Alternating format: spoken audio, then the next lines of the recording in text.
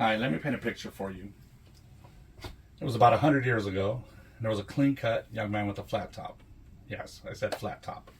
I was just entering the workplace, and I had no direction on where my life was going to go. I had no idea what I wanted to do, what I wanted to be.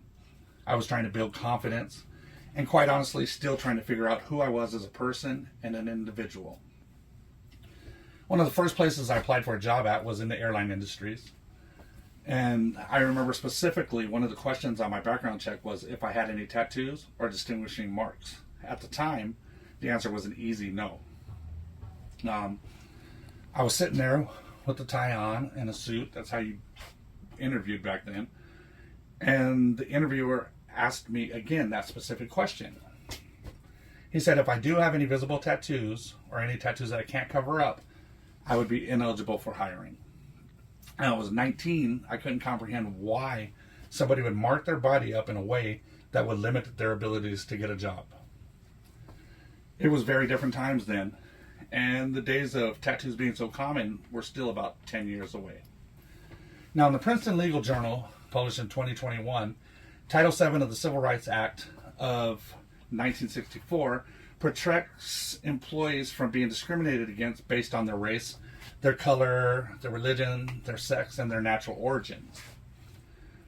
But still to this day does not protect employees from being discriminated based on their tattoos or their body art. We're in the year of 2023, going on 2024, and nowadays tattoos are more common than ever. I personally have 10 myself, and the first tattoo I got, I was 23 and I had just lost my mother. So my brother and I got 4-leaf clovers that say "Rest in Peace, Mom," pure Irish tattooed on our left forearm. Now, the company I was working at still had strict, no visible tattoo policies in place. In our uniform, we had the decision between long sleeves or short sleeves. So I thought, well, I'll just wear a long sleeve every day, cover up my tattoo. It should not be an issue. Until you get to the point where you're working outside, and in the summer, the airport can get up to 110 degrees. Not comfortable at all.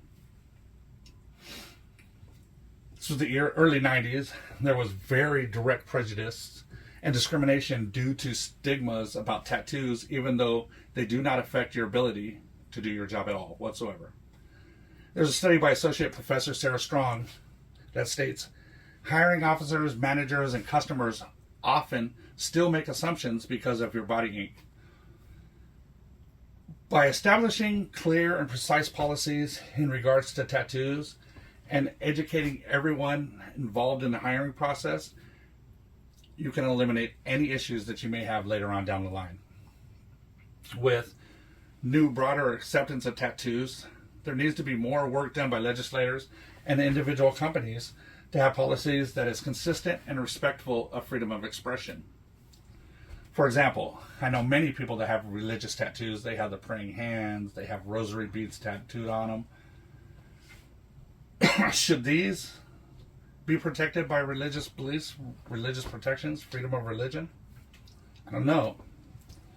Barry Gross was published. He has a publication that says, "Tattoos in the Workplace, What's an Employer to Do?" There is an increasing attention paid to company culture and benefits to support a variety of lifestyles. Should people with visible tattoos be treated differently?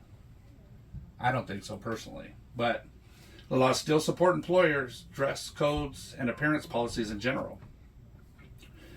With that in mind, companies should write policies that draw appropriate lines between jobs with visible tattoos that may or may not be appropriate.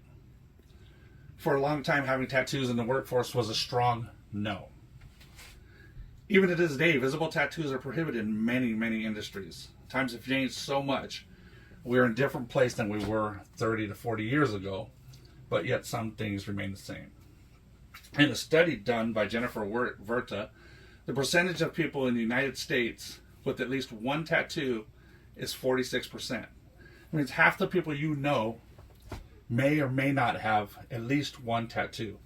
It's the third highest in the world, only behind Italy and Sweden. Excuse me.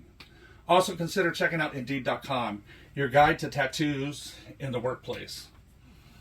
there are many advantages, many advantages and disadvantages to allowing tattoos in the workplace. It is important for companies to justify their restrictions on tattoos and prove that covering tattoos may be the least discriminatory of them all.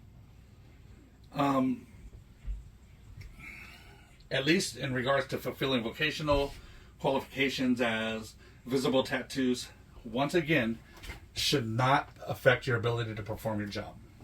Now, be honest, how many times have you seen somebody with a neck tattoo or a face tattoo and it's given you pause? How did you automatically feel about that person? Did you say in your head, what were these people thinking?